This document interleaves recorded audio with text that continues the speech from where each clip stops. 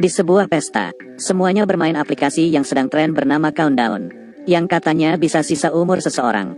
Lihatlah, wanita ini masih akan hidup 60 tahun. Kalau yang ini masih 30 tahun. Hanya Courtney saja yang diam. Karena aplikasi itu menunjukkan, umurnya tinggal 3 jam lagi. Melihat ekspresinya yang tegang, teman-temannya hanya tertawa. Mereka tidak percaya itu betulan. Setelah pesta selesai, pacar Courtney, Evan ingin mengantarnya pulang. Tapi, Courtney tahu Evan mabuk. Ia meminta Evan naik taksi. Tapi, Evan tidak mau. Courtney teringat aplikasi itu. Ia memutuskan pulang jalan kaki saja. Tiba-tiba, HP-nya berbunyi. Saat dilihat, waktunya sisa 7 menit. Ia gelisah. Di situ sangat gelap. Ia makin takut. Sesampainya di rumah, HP-nya berbunyi lagi. Sisa 2 menit lagi. Courtney ketakutan. Ia masuk ke rumah dan mengunci pintu. HP-nya terus berdering, seperti peringatan kematian. Courtney panik. Ia segera mematikan HP-nya, lalu mulai menenangkan diri.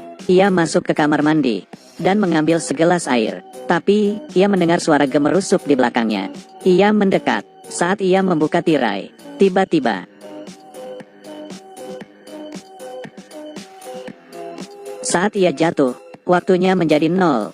Hidup Courtney selesai. Di saat yang sama, pacarnya yang mabuk menabrak pohon. Batang pohon yang besar menembus mobil. Kursi itu harusnya diduduki Courtney. Maksudnya, kalau Courtney naik mobil, pasti ia mati di sana. Evan yang tidak mati dilarikan ke rumah sakit. Perawat ini bernama Quinn. Ia melihat Evan yang gelisah, lalu menghiburnya. Evan memperlihatkan app Countdown ini.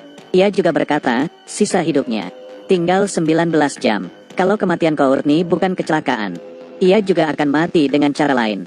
Quinn tidak percaya dan memintanya untuk tidak berpikir aneh-aneh. Ia juga memberitahu rekan kerjanya tentang app ini. Dua temannya yang penasaran langsung mengunduhnya. Ternyata, keduanya masih punya 50 tahun. Mereka tertawa dan langsung melupakan hal ini. Sepulang kerja, Quinn ikut penasaran dan mengunduhnya. Ternyata, ia melihat, hidupnya tinggal 2 hari lagi. Meski tak percaya, ia agak khawatir. Sementara itu, Evan mau dioperasi. Ia melihat waktu di aplikasi. Masih 3 menit. Jadi maksudnya, ia akan mati di ruang operasi. Ia memutuskan untuk pergi dari situ. Baru saja ia keluar, tampak sebuah cermin besar. Tidak ada siapa-siapa. Ia segera lari dan bersembunyi di tangga. Tiba-tiba, lampunya mati. Lalu, HP-nya berbunyi. Saat dilihat, masih 1 menit 29 detik. Saat itu, ia mendengar suara langkah kaki. Saat mendongak, ternyata Courtney yang sudah mati. Ia terkejut bukan main. Courtney mendekatinya. Lalu, saat waktu di aplikasi kembali jadi 0. Evan jatuh dari tangga dan mati. Esoknya, Quinn dikabari soal kematian Evan. Ia sangat heran. Quinn mengambil HP Evan dan memeriksa aplikasi itu. Tapi, HP-nya terkunci. Quinn pergi ke kamar mayat, lalu mengeluarkan mayat Evan. Quinn mengambil jempol Evan untuk membuka HP. Tapi, tidak bisa. Tak ada cara lain. Ia membuka kelopak mata Evan supaya HP mengenali wajahnya, dan kali ini HP-nya terbuka. Ternyata, waktu di aplikasi sudah kembali ke angka 0. Quinn kembali ke ruangannya, dan melihat sisa waktunya tak sampai 2 hari. Ia sangat khawatir. Saat itu, Dr. Sullivan memanggilnya ke kamar pasien. Ia mengira disuruh membantu. Ternyata, Dr. Sullivan mulai melecehkannya. Bahkan, memperkosanya di kamar pasien. Quinn segera mendorong Sullivan sekencang mungkin. Tapi, posisi Sullivan sangat tinggi. Quinn tidak bisa apa-apa. Lagi pula, ia masih punya masalah besar. Quinn mencoba menghapus aplikasi ini. Tapi, gagal. Quinn mulai cemas. Adik Quinn, Jordan datang. Ia ingin menginap di sana. Tapi, Quinn yang ketakutan. Tidak ingin membebaninya. Ia mengusir Jordan. Jordan yang bingung, pergi dengan marah. Quinn pergi ke toko HP untuk membeli HP dan nomor baru. Ia memeriksa di HP barunya tidak ada aplikasi itu. Baru saja bernapas lega. Saat Quinn keluar dari sana, HP barunya berbunyi. Ternyata, aplikasi itu terpasang secara otomatis. Seperti iblis yang menempel padanya. Di mobil, Quinn melihat waktunya sudah tak sampai sehari. Hatinya sangat kalut. Saat itu, ia melihat bayangan hitam di kamera belakang mobil. Saat menoleh, tidak ada apa-apa. Quinn makin curiga. Tiba-tiba, ia keluar dari mobil. Tapi, iblis itu sudah hilang. Pria yang mobilnya tertabrak marah-marah. Hampir saja Quinn dihajar. Seorang pria bernama Matt keluar dari toko, membantu Quinn, dan mengusir pria itu. Lalu, Matt menunjukkan app di HP-nya. Rupanya, Matt memiliki nasib yang sama dengan Quinn. Mereka memutuskan untuk saling membantu. Lalu, mereka datang ke sebuah gereja dan minta bantuan ke pastor. Mereka menceritakan kisah app jahanam itu. Setelah mendengarnya, pastor teringat sebuah kutukan kuno. Menurut legenda, ada seorang ahli nujum yang memberitahu manusia waktu kematiannya. Bila ingin menghindarinya, manusia akan dihantui oleh iblis yang akan menyiksanya hingga mati. Tapi, pastor ini juga tidak tahu jelas kenapa iblis membuat aplikasi untuk mengutuk manusia. Matt juga bingung. Pastor berkata, bila ingin mematahkan kutukan, mereka harus mengetahui kode aplikasi dan mencari seorang hacker. Quinn ingat, bos toko HP adalah ahli IT. Ia bergegas ke toko HP dan membayar mahal bos toko HP untuk meretasnya. Mereka berhasil masuk ke sistem dan melihat sisa hidup semua orang di bumi. Quinn menemukan nama adiknya, yang ternyata sisa hidupnya lebih pendek darinya. Quinn panik. Dengan tenang, bos toko mengganti angka di sana. Ia menambahkan 60 tahun untuk dirinya. Saat melihat HP, angkanya berubah. Lalu, ia menambahkan juga milik Quinn dan beberapa orang lainnya.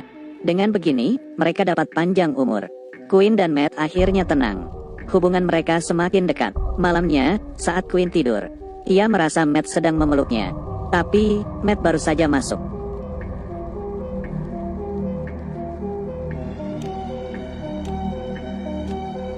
Quinn panik dan HP-nya berbunyi lagi. Saat melihatnya, angkanya berubah ke awal. Ternyata, iblis tahu dirinya dicurangi.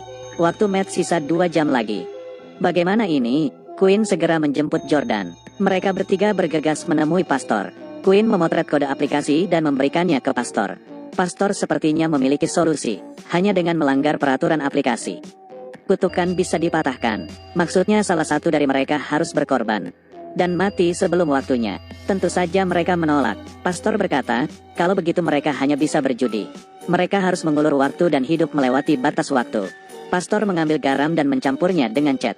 Ia membuat gambar lingkaran di lantai. Menurut legenda, gambar ini bisa menangkal iblis. Mereka berdiri di lingkaran. Saat itu, terdengar suara raungan di berbagai arah. Iblis datang. Untung saja, lingkaran itu berfungsi. Iblis tidak bisa masuk. Mereka sangat gugup. Saat itu, Matt melihat adiknya yang sudah meninggal. Ia terdiam dan tak sengaja melangkah keluar lingkaran. Iblis segera menyeretnya. Courtney segera mengejarnya. Jordan juga mengejar kakaknya. Untung saja, Matt masih hidup. Saat ia berkata, aku tidak apa-apa. Matt tertabrak dan mati. Jordan juga terluka. Lukanya terus mengucurkan darah. Quinn membawa Jordan ke rumah sakit. Setelah membalut luka Jordan, ia menyadari waktunya tak banyak. Saat itu, ia melihat Dr. Sullivan yang mesum. Quinn ingat ia juga mengunduh aplikasi itu. Maksudnya, Quinn ingin membunuh Dr. Sullivan lebih awal. Jadi, iblis itu akan musnah. Quinn menggoda Sullivan ke dalam gudang yang tidak terpakai lagi. Ia lalu memukul Sullivan dengan tongkat besi hingga jatuh. Quinn menggunakan suntikan berisi morfin overdosis untuk menikamnya. Dr. Sullivan melawan. Tiba-tiba, Sullivan ditarik mundur oleh iblis. Iblis menyelamatkannya. Selesai sudah. Waktu Jordan tak sampai 2 menit. Iblis sudah menemukannya. Di saat-saat terakhir, Quinn berkorban dengan menyuntikkan morfin itu ke lengannya. Ia bunuh diri lebih awal demi menyelamatkan Jordan dan melepas kutukan. Ia pamit pada Jordan. Lalu, di depan iblis, Quinn jatuh ke tanah. Iblis menarik Quinn ke atas. Quinn melihatnya sambil tersenyum. Lalu mati. Iblis sangat marah dan perlahan hilang. Lalu, Jordan merangkak ke sebelah Quinn. Ia menangis dan memohon keajaiban. Saat itu, ia melihat tulisan di lengan Quinn. Narcan ini adalah nama obat. Ternyata, Quinn yang pintar sudah melakukan persiapan. Ia menyembunyikan obat penawar. Jordan menyuntikkan obat itu di lengan Quinn. Akhirnya, Quinn sadar. Ia berhasil menipu iblis dan menyelamatkan Jordan. Beberapa waktu kemudian, hidup mereka kembali seperti semula. Dr. Sullivan yang mesum juga ditangkap dan dijebloskan ke penjara. Semuanya baik-baik saja. Tapi, hari itu, HP Quinn berbunyi lagi dengan nada aplikasi itu. Saat dilihat, aplikasi Countdown versi 2.0 telah